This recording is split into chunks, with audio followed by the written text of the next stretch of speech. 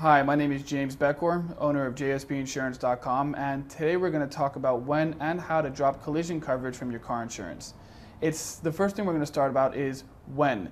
If you have a car that is 5, 6 to 10 years old and you still have collision coverage on it, it could be something that you might want to reevaluate.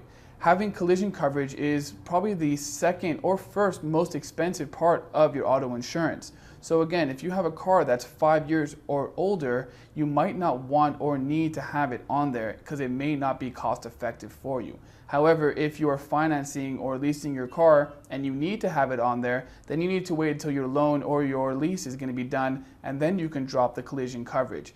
Now, how do you do it? All you need to do is contact your insurance company, your agent or your broker, let them know that you want to remove it, and also you have to put in writing, I want to remove collision coverage from my car. It's definitely a great way to save money, but you really need to evaluate it very strongly and make sure it's going to be a good decision for you. My name is James Beckor from JSB Insurance.